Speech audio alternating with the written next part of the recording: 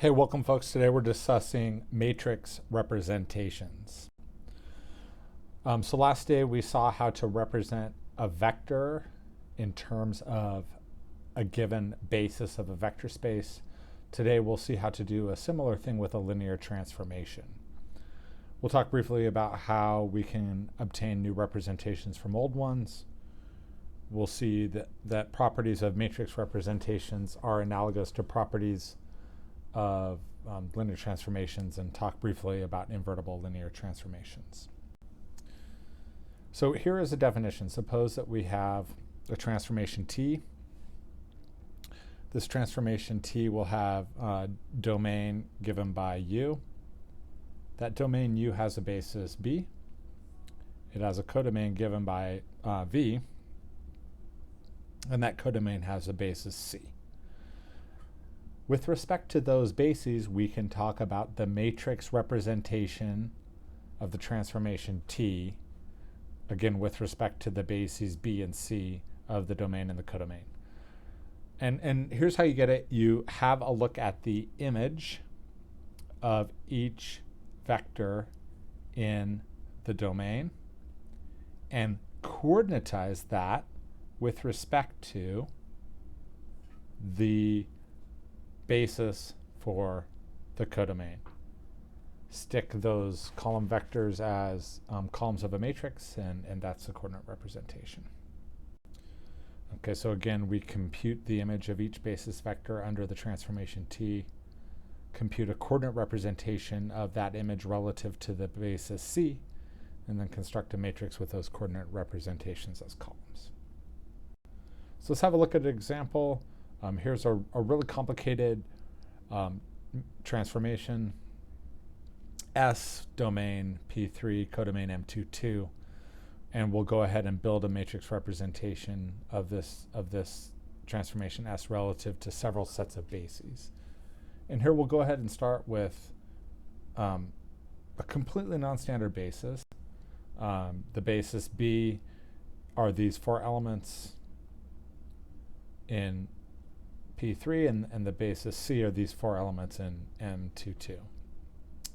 So the first thing we'll do is go ahead and compute the image of the basis elements in P3 under the transformation S and coordinatize those with respect to the basis in M22. Here's what you get, right? So you can imagine this takes quite a lot of work. First, evaluating the image of those four basis elements, and then solving four linear systems to represent those basis elements with respect to the basis in C. In any case, take these four column vectors, stick them in columns of a matrix, and here is the matrix representation of S relative to the bases B and C. Now, as you might imagine, this process is much more straightforward when we use standard bases. So here's a representation of S relative to standard bases. So you can imagine, for instance, that you can almost read off directly what the columns of the matrix are going to be, right? The image of our first basis vector is just 3, 8, minus 4, 12. So the coordinatization of that image relative to the basis E is just 3, 8, minus 4, 12. And it's similar for the other three basis elements in the basis D relative to the basis E. So here are those four elements. We quickly see the first one, 3, 8, minus 4, 12, and the other ones are straightforward also, where we obtain 7, 14, minus 8, 22. We obtain minus 2, 2, minus 4, and we also obtain these elements. Okay, so again, we collect up those column vectors, construct a matrix with those column vectors as columns, and that matrix is the representation of S relative to the bases D and E. We're going to go ahead and use one more basis. Here's that one more basis. Seems to be unmotivated, this set of vectors, but as we soon will see, these sets of vectors, I should say, are pretty special. So we'll first again compute the images of our vectors in F relative to under the transformation S, and then we'll compute the coordinatization of those images relative to the basis G. And here's what you get, something sort of interesting. It turns out that the coordinatization is about as simple as it gets here, right? So we end up with 4 vectors that have a whole bunch of zeros in them. So when you go ahead and construct a matrix with those elements as the columns, that matrix turns out to be diagonal. Okay, so we've sort of seen this diagonalization process before, and it's going to end up that that diagonalization is related to eigenvectors, just like it was previously. Okay, so the theorem is that you can either multiply a vector by this matrix and then coordinatize the image, or you can decoordinatize and get the same thing. Okay, so that's the theorem, and I won't go through a bunch of examples in detail, but we'll apply that from the previous example. So the idea here is that it sort of doesn't matter which direction you go. You can either use the coordinatization or the decoordinatization process. Okay, so this diagram is intended to illustrate this theorem, that you can either start by coordinatizing U and multiplying by a matrix. That should be the same as looking at the image of the transformation and then decoordinatizing that transformation. Okay, we should be able to get the same thing either way.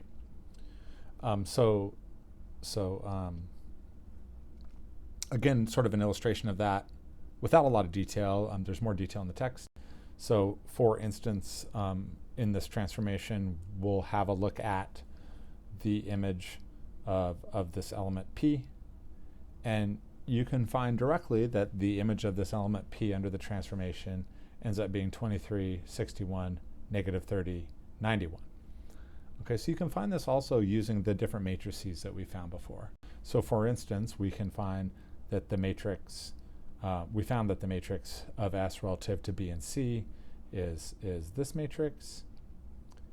And if we multiply this matrix times the coordinatization of our element, well, we have to compute this first, right? So we're computing the coordinatization of P relative to the basis B, and then multiply those together and decoordinatize, we end up getting, again, 23, 61, negative 30, 91. Okay, and that process works for the standard bases of P3 and M22. Okay, and it also works for those bases that do the diagonalization. Okay, so here are those diagonalization bases. Again, there's a lot of work involved in computing the coordinatization of this vector P, but in any case, once you do that, the matrix multiplication, the decoordinatization is pretty straightforward. Okay, so briefly, a few new representations from old.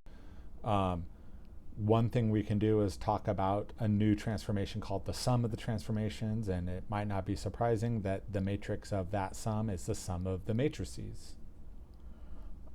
Another thing we can talk about is a scalar multiple of a transformation, right? The new transformation alpha t, and it turns out the matrix of alpha t is alpha times the matrix of t. And certainly we can talk about the composition of transformations S of t, and it turns out that the composition of matrices the composition of transformations has a matrix representation that is the product of the individual transformations. So not so surprising there. Okay, just a little bit on properties of these representations. So here's the first property. The kernel of the transformation is isomorphic to the null space of the matrix of the transformation.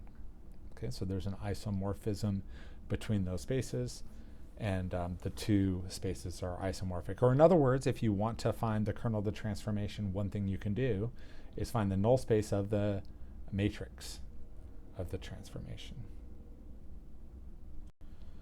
Okay, so here's an example that sort of illustrates that. A transformation T from M22 to P2 defined by this transformation. Certainly we can compute the matrix of this transformation relative to these bases, and here's what you get. There's a lot of work involved, of course, in computing that matrix representation. Now, this matrix representation can be taken down to its a reduced row echelon form, and when you do that, you find that the null space of the matrix, and there should be a capital T on this, of course, has the following representation. It's the span of a set of two linearly independent vectors, and here are those two linearly independent vectors. Now we can decoordinatize in order to identify the kernel of the transformation, of course, relative to the basis B. And here's that decoordinatization process. Again, just looking at a linear combination of the elements in the matrix B, and then as it turns out, these two matrices are a basis for the kernel of the transformation T. Okay, so here's that kernel. There's an opportunity for you to play with this relationship between the kernel of a transformation and the corresponding null space of a matrix on the worksheet. I'll make the comment that in practice you probably wouldn't use a non-standard basis like we've done here, but the point is that it doesn't matter which basis you use. The same is true for the range of a transformation. The range of a transformation is isomorphic to the column space of the matrix representation of the transformation. So an example using that same linear transformation that illustrates that, of course, we can find the matrix representation again is the same relative to the bases B and C. We'll go ahead and have a look at the transpose of this matrix in order to identify the column space. So here is that column space. The column space is spanned by the set of vectors given by these two linearly independent vectors. And of course, the decoordinatization process allows us to write the range of a transformation as the span of two linearly independent vectors in P2. So here is that decoordinatization process, right? Decoordinatizing in terms of the elements in the basis C, and as it turns out, these two elements in P2 are a basis for the range of our transformation. So here's the basis for the range of that transformation as a span. There should be some sets here. This is a typo, a span of a set of two linearly independent vectors. Okay, and again, an opportunity for you to work on this on the worksheet. And once again, in practice, you probably wouldn't use a non-standard basis, but the point is that you can. Okay, we'll talk about invertible linear transformations just for a minute. So as it turns out, the matrix representation of an invertible linear transformation is formally the inverse of the matrix representation of the transformation. No big surprise. And of course, when a transformation from Cn to Cn is defined by matrix multiplication, then A is invertible if and only if T is an invertible linear transformation. Of course, being a invertible matrix, we have an additional line for our nonsingular matrix transformation. So here is first an illustration of that theorem. So quickly we'll go ahead and find the matrix representation of this transformation R with respect to the standard basis in the domain, and the standard basis in the codomain, and here is that matrix. Now, of course, as it turns out, this matrix is invertible, hence the transformation is 2, and we can go ahead and compute the inverse of that transformation, and once you do that, it is some work, but pretty quick to compute the matrix of R inverse, and what we can do is use that matrix of R inverse to identify the inverse transformation.